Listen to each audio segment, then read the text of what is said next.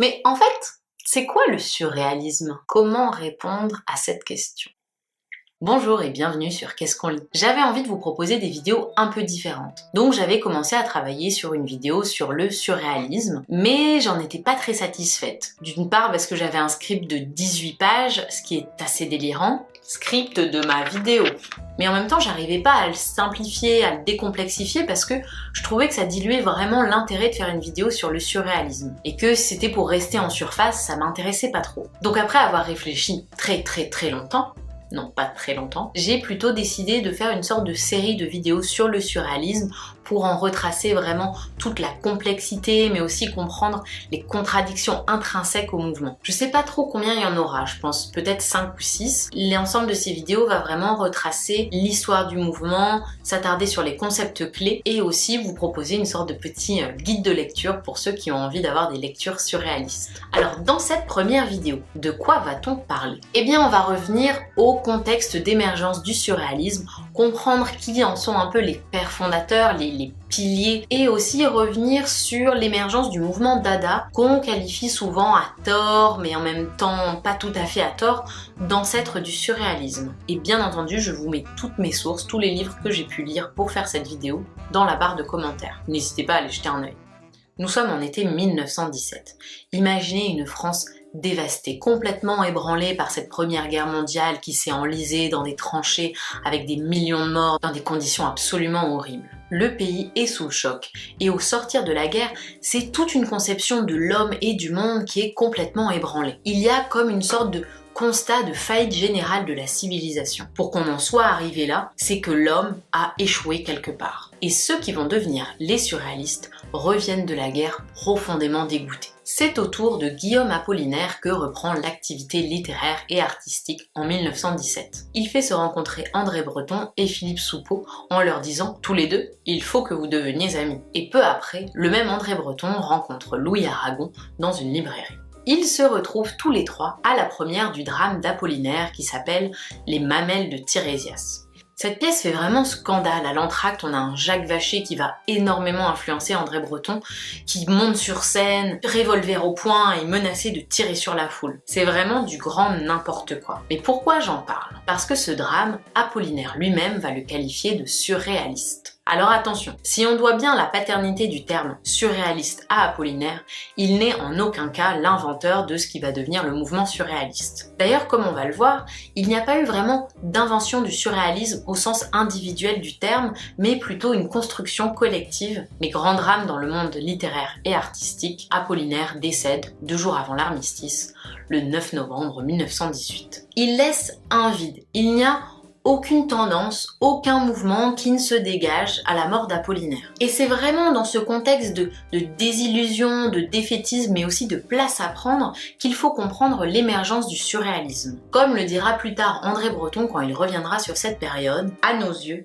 le champ n'était libre que pour une révolution étendue vraiment à tous les domaines, invraisemblablement radicale, extrêmement répressive. On est dans une impasse et plusieurs choses se passent en même temps. La première chose, c'est donc cette crise de la raison qui traverse toute l'Europe. La deuxième chose, c'est la fondation de la psychanalyse avec ses recherches dans des domaines jusqu'alors inconnus et inexplorés que sont l'intime et l'inconscient. Et ensuite, dernière chose, le mouvement Dada qui démarre à Zurich autour d'une figure phare, Tristan Tzara. Mais avant de parler un petit peu du mouvement Dada et d'essayer de comprendre un peu ce que c'est, je vais vous parler des fondateurs du surréalisme pour vous les présenter un petit peu plus en détail. À l'origine, ce sont surtout 3 hommes, André Breton, Louis Aragon et Philippe Soupeau. Ils vont chacun apporter quelque chose de différent et aussi avoir un poids dans le mouvement qui va évoluer tout au long de la création, entre guillemets, du mouvement surréaliste. Philippe Soupeau va être écarté assez rapidement du mouvement et finalement c'est vraiment le duo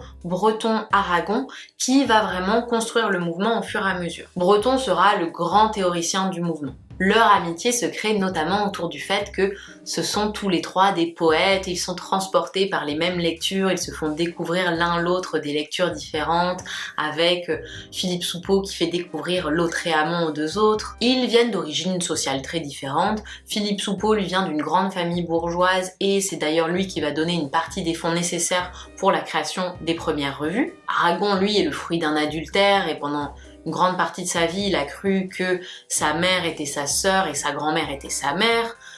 Et ce premier traumatisme, ce premier mensonge va l'accompagner toute sa vie, on va le retrouver dans un certain nombre de ses poèmes. Breton et Aragon vont notamment se retrouver pendant la Première Guerre mondiale à l'hôpital du Val-de-Grâce, donc un hôpital où on mettait les fous, en fait, les personnes qu'on trouvait folles. Et c'est vraiment un élément fondateur parce que Breton notamment va non pas considérer la folie comme une sorte de déficience mentale, mais au contraire comme une porte vers la création et vers l'exploration d'un autre pan de la psyché humaine. Breton pense qu'on a tort d'enfermer les fous, mais le groupe d'origine n'est pas cantonné à ces trois figures. On retrouve aussi Éluard, Desnos, Crevel, Perret, Limbourg, Vitrac. Et surtout, ce qu'il faut bien comprendre, c'est que le mouvement surréaliste a mis un peu de temps à se penser en tant que tel, et il y a énormément de gens qui ont gravité autour du mouvement, qui ont fait partie du groupe à un moment ou à un autre. Antonin Artaud, par exemple, qui a eu une influence considérable, mais aussi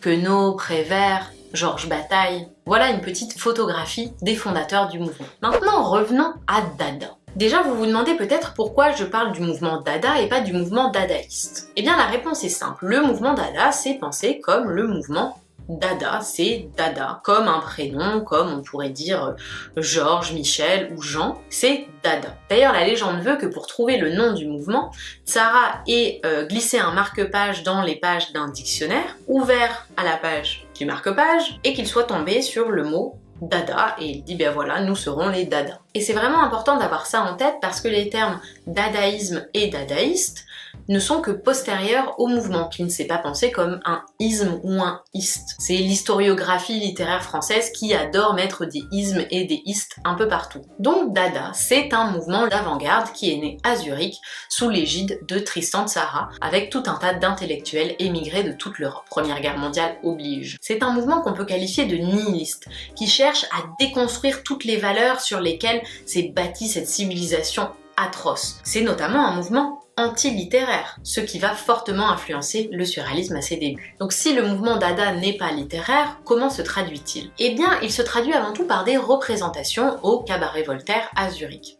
Alors ce sont des représentations assez délirantes où justement on est dans l'avant-gardisme pur. Tzara et ses amis font des représentations où par exemple ils vont dire le même mot pendant des heures, où Tzara va pousser des cris d'animaux, où ils vont faire vraiment mais n'importe quoi sur scène. On est dans l'expérimentation totale, ce qui va scandaliser le public. Et ce qui est paradoxal, c'est que leurs représentations sont ouvertes au public, un public qui paye pour les voir, et ils s'en fichent absolument d'être hués, qu'on leur jette des choses et que les gens soient scandalisés. Ils sont vraiment contre l'art, contre tout. Tzara vient à Paris en 1919, et c'est vraiment sa venue qui va permettre au mouvement de prendre pied en France. On reprend les spectacles provocation et prête un peu allégeance à Dada, Paul Éluard, Picabia, Breton, Aragon, Marcel Duchamp. Le mouvement Dada pousse le nihilisme à l'extrême. On dit que tout le monde est directeur de Dada, donc il n'y a pas de hiérarchie dans les rôles et que tout le monde est à le poste le plus élevé, comme si dans une entreprise tout le monde était le directeur général d'une entreprise. Et ils annoncent aussi que les vrais Dada sont contre Dada. Puisque Breton, Aragon et tout ça faisaient partie du mouvement Dada,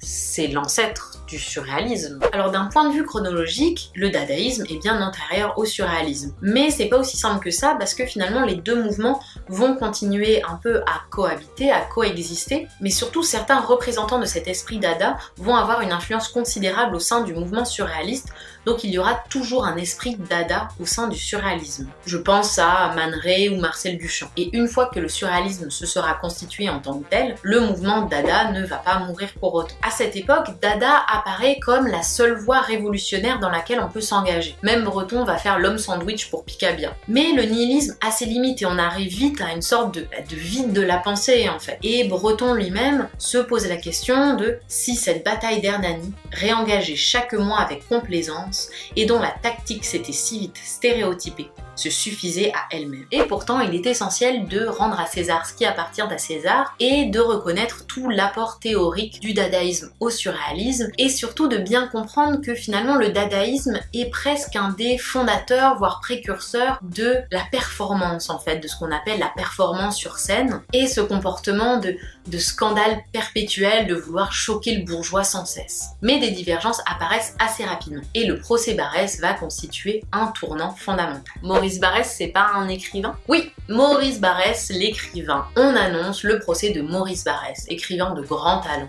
mais qu'on accuse d'avoir mis sa plume au service de l'État, au service de la guerre et donc au service de la mort. C'est une mise en scène qui a été proposée par Breton, contre laquelle Tzara était farouchement opposée, mais qui a quand même eu lieu. Alors imaginez vraiment un procès en bonne et due forme. Breton est le grand inquisiteur, Soupeau et Aragon sont les avocats du condamné, mais en fait ils font plutôt que l'enfoncer. Perret va jouer le soldat inconnu et tout le reste du groupe va constituer les témoins. Et bien évidemment, Maurice Barrès ne s'est pas déplacé en personne, donc ils ont créé un mannequin qui représentait Maurice Barrès. Fin du procès, on condamne Maurice Barrès pour atteinte à la sûreté de l'esprit. Sauf que, évidemment, un tel procès, un tel show est incompatible avec l'esprit Dada, parce que pour condamner, il faut transformer le mouvement en une sorte de tribunal des valeurs littéraires, mais aussi des valeurs humaines. Et d'ailleurs, à ce propos, il y a eu un échange entre Tzara et Breton qui illustre bien les divergences fondamentales de pensée. Donc Tzara, qui était un des témoins, se lève et prend la parole et se lance dans une tirade où il conclut par « Mais au fond,